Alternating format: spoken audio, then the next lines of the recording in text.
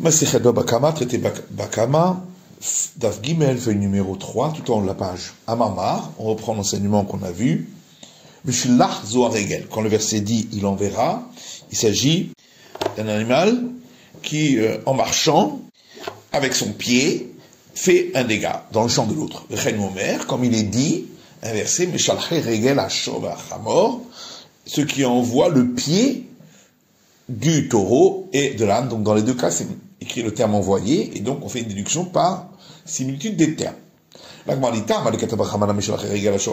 toute la raison pour laquelle nous disons qu'il s'agit du dégât avec le pied, c'est parce qu'il est écrit dans le verset, ce qui envoie le pied du taureau et de l'âne. Halabachi, s'il n'y avait pas ce verset, Bemai Mukbatla, comment aurait-on expliqué notre verset concernant le dommage? Ikeren, si on parle d'encorné kétiv, il y a déjà un verset ailleurs.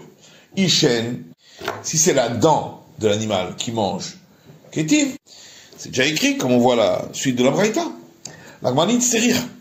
J'aurais quand même besoin de ces mots, du verset. Il avait dit Hachem, parce que j'aurais dit que les deux parties du verset parlent de la dent.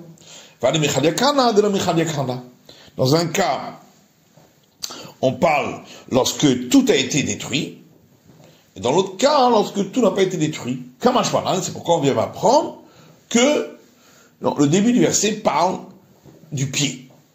Ça nous occupe d'un régel. Maintenant qu'on a expliqué le début du verset, qu'il s'agit du pied. Est-ce qu'on apprend le cas de la dent qui ne détruit pas tout? Tout bien de régel. Parce qu'on fait une analogie avec le pied. De la manière que pour le pied, on n'a pas fait de différence s'il détruit tout ou s'il ne détruit pas tout. Puisque le verset le concernant ne parle pas forcément du cas où il détruit tout. De même pour la dent, on ne fera pas de différence si elle détruit tout ou si elle ne détruit pas tout. Amamar, on reprend la suite de la Braïta, ou bi'er, quand le verset dit et il détruira, Zohachen, il s'agit de la dent. Comme il est dit, verset dans l'Ivre des Rois, comme détruira la dent jusqu'à la fin. Toute la raison pour laquelle on dit que c'est la dent, parce qu'il y a un autre verset où il est dit comme détruira la dent jusqu'à la fin. Sinon, comment on aurait expliqué la fin de notre verset de l'Exode? Ikeren, si on parle de encorné, kétiv, c'est déjà écrit ailleurs. Irégel, si on parle du dégât avec le pied, kétiv, c'est déjà écrit au début du verset. C'est-à-dire qu'on aurait eu besoin, parce qu'on aurait pu croire, il dit à régel, que les deux parties du verset parlent du pied. Dans un cas, l'animal est parti de lui-même. Dans l'autre cas, le début du verset, il a été envoyé. Pourquoi on vient m'apprendre que non, que la fin du verset parle de la dent. Maintenant qu'on a expliqué la fin du verset concernant la dent, de ce qu'on apprend le cas où il fait un dégât avec son pied alors qu'il est parti de lui-même et n'a pas été envoyé, puisque le début du verset parle du cas où il était envoyé. D'où il y a des chaînes. Parce qu'on fera une analogie avec la dent. De la manière que pour la dent, on ne fait pas de différence si l'animal a été envoyé ou s'il est parti de lui-même, puisque le verset ne parle pas d'être envoyé. De même pour le pied, on ne fera pas de différence s'il a été envoyé ou s'il est parti de lui-même.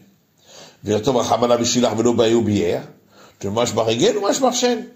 verset aurait pu dire uniquement le début de la phrase, il a envoyé son troupeau, et ne pas écrire la suite, et il a détruit dans le champ de l'autre, parce que, déjà en disant il a envoyé, on sous-entend le pied, et on sous-entend la dent. Mashma Regel, on sous-entend le pied directif, comme il est écrit dans le verset dans Isaïe, ce qui envoie le pied du taureau et de l'âne, ou Mashma Chen, mais on sous-entend aussi la dent, dit-il, puisqu'il est écrit, verset dans Deutéronome, et la dent des animaux, j'enverrai contre eux. Et l'Agma répond, il a crayetera, s'il n'y avait pas eu la suite du verset, Avermina Oha Oha. J'aurais dit que le verset parle soit du pied, soit de la dent. Au régel des ekomatsui, soit du pied parce que il s'agit d'un dégât qui est courant. Au chêne des chanal les échos, soit de la dent parce que c'est un dégât pour lequel l'animal profite. Puisque les deux sont au même niveau en fin de compte de gravité, pourquoi on ne déduit pas les deux? Lequel des deux tu aurais exclu? Itzarich, malgré tout, on a besoin de la suite du verset. Parce qu'on aurait dit avec le début du verset que c'est uniquement dans le cas où il a envoyé l'animal, puisque le verset parle d'envoyer. Mais si l'animal était parti de lui-même, l'eau, peut-être qu'on n'aurait pas été passible de payer. Kamash parlant, c'est pourquoi on a eu besoin de la fin du verset. Tolda de Shen Maïhi. La Gemara demande, quels sont les dérivés de la dent? Si l'animal s'est frotté au mur pour son profit, et ainsi il a cassé le mur, ou si il a sali des fruits pour son profit. Les échos. Alors, la Gemara dit, mais alors, pourquoi y aurait-il une différence entre la dent, où il y a un profit au dommage, ou mamoncha, et le dommage a été fait par ton bien, ou shmirato alecha, et tu devais le garder. Hanenami, dans les cas des dérivés également, yeshana les ekan, il y a un profit à l'animal au dommage, ou mamoncha, et c'est ton bien, ou shmiratan alecha, tu dois le garder. Donc, pourquoi y aurait-il une règle différente? Et la tolda des chênes que chêne. Donc forcément, la dérivée de la dent, ça a les mêmes règles que la dent elle-même. Rikamara papa, et Rapapa quand il a parlé, à tolda de régel, c'est pour les dérivés du pied, que ça n'a pas les mêmes règles. Tolda de régel maïri, et c'est quoi les dérivés du pied? Si l'animal a fait un dégât avec son corps en marchant, mais c'est ara de ou avec ses poils en marchant, ou avec le fardeau qu'il porte sur lui, ou avec le mort qu'il a dans sa bouche, ou avec la cloche qu'il a à son cou, en marchant. Alors, pourquoi on ferait une différence entre le pied? On a dit que c'est un dommage qui est courant, au mamoncha. C'est ton bien qui a fait le dégât. Et tu devais le garder. Anenami, dans les cas des dérivés aussi, Ezekan Matsui, c'est un dégât courant. Ou Mamoncha, et c'est ton bien qui a fait le dégât. Et que tu devais le garder. Et la tolda de régel qui est régel. Donc, la dérivée du pied, c'est considéré comme le pied. Rikama Rapapa, et Rapapa, quand il a parlé, il a dit que dans certains cas, la dérivée n'a pas les mêmes règles que la tête de chapitre. À tolda des bords, ça concerne les dérivés du puits. C'est quoi le dérivé du puits? Il est ma'av asara vetolda tisha. Si on va dire, la tête de chapitre, c'est quand le trou a une profondeur de 10 largeurs du poing, parce que c'est la profondeur nécessaire pour que l'animal meure en tombant. Or, le verset a parlé du cas où il est mort. Et lorsque ça fait 9 largeurs du poing de profondeur, ce serait la dérivée. La demande dit l'autre tête kétivé, velo asara activé. Non. C'est pas possible parce que le verset n'a pas parlé expressément ni qu'il avait une profondeur de 9 largeurs du poing, ni une profondeur de 10 largeurs du poing. Halokashia, la Gemara dit mais ça c'est pas une question. Le verset a dit et le mort sera pour lui.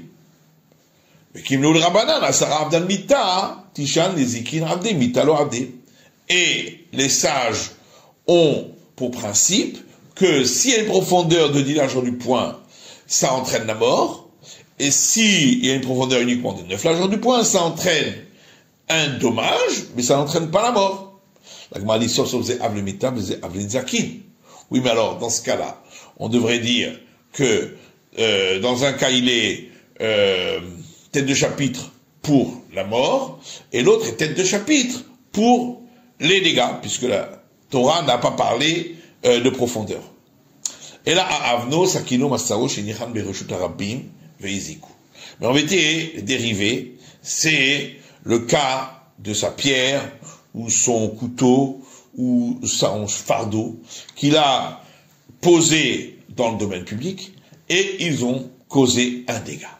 Rilami, de quel cas parlons-nous? Hidav Kerinhu, si il s'est dessaisi de sa propriété dessus, ben Rab ben Shmuel Aïnoubor, que ce soit d'après Rab ou d'après Shmuel, c'est comme le puits. Veidelo Avkerinhu, et s'il ne s'était pas dessaisi de sa propriété dessus, il est Shmuel d'Amarkolami Boro Lamanou, d'après Shmuel qui dit que dans tous les cas, on déduit du cas du puits, Aïnoubor, alors c'est comme le puits. Veille Rav, et d'après Rav de Amakulami Shoro Lamanou, qui dit que dans tous ces cas-là où il ne s'est pas dessaisi de sa propriété, on déduit du cas du taureau, Aïnouchor, alors c'est comme le taureau. Et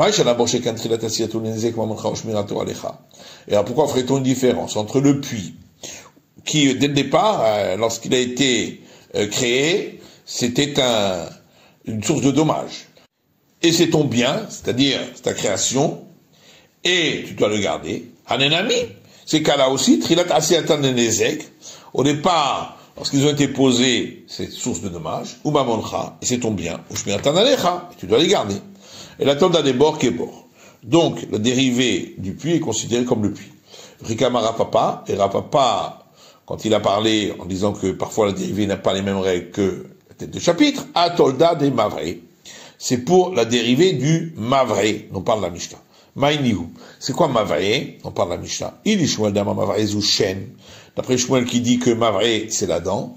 À aucun la tolda de Shen que Shen. On a déjà dit que la dérivée de la dent, c'est considéré comme la dent. Il est Rav d'Ama Mavré Adam. Et si c'est d'après Rav qui dit que Mavré, c'est l'homme, Mayavot ou Maïtoldot, il bé. Quelle tête de chapitre et quelle dérivée y a-t-il à son sujet? Tu vas dire, tête de chapitre, c'est quand il est réveillé, et la dérivée, c'est quand il dort. Maintenant, mais pourtant, il y a une Mishnah qui dit, un homme est averti tout le temps pour les dégâts qu'il pourrait commettre. Ben Ayer Ben Yashen, qu'il soit réveillé ou qu'il soit endormi, donc c'est exactement la même chose. Et là, Kicho Veniro. Donc on va dire qu'il s'agit de son crachat et de son glaire. Et Khilami, de quoi parle-t-on? Si c'est en se déplaçant qu'ils ont causé un dommage, c'est considéré comme sa force à lui. Et donc ce n'est pas une dérivée.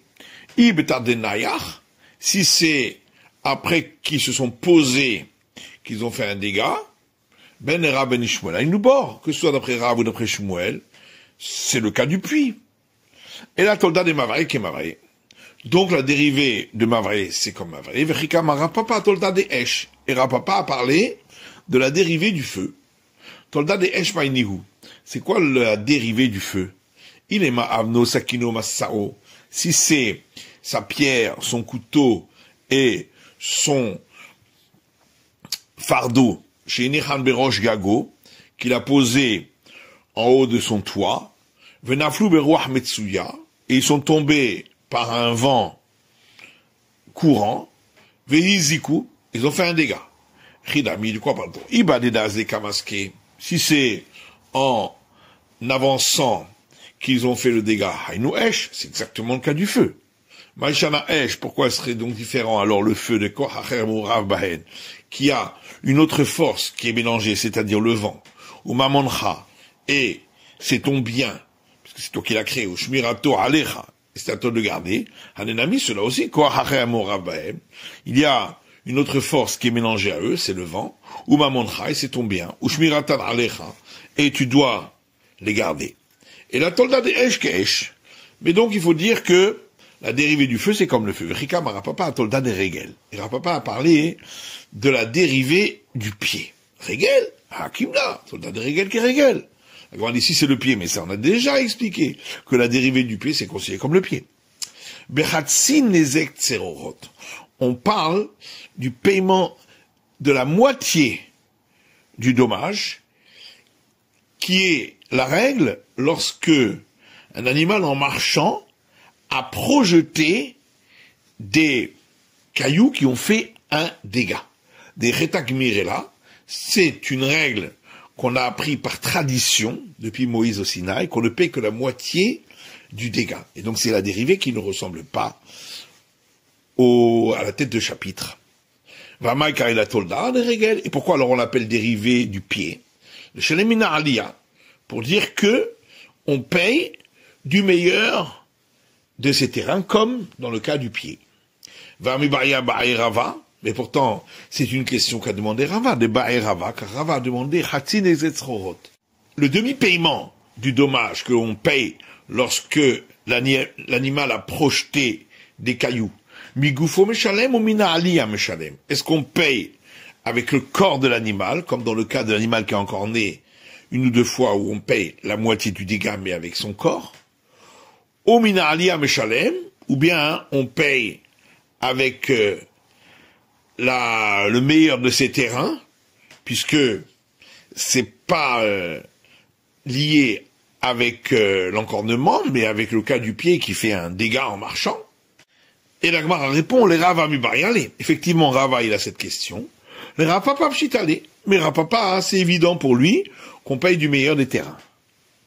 Les Rava Mubariale à Maïkari, la Tolda des Régel. Mais alors, d'après Rava qui s'est posé cette question, pourquoi on appelle ça dérivé du pied? Les Potrar Birshut Arabim, pour dire que si ça s'est passé dans le domaine public, on est dispensé de payer exactement comme le pied lorsqu'il marche.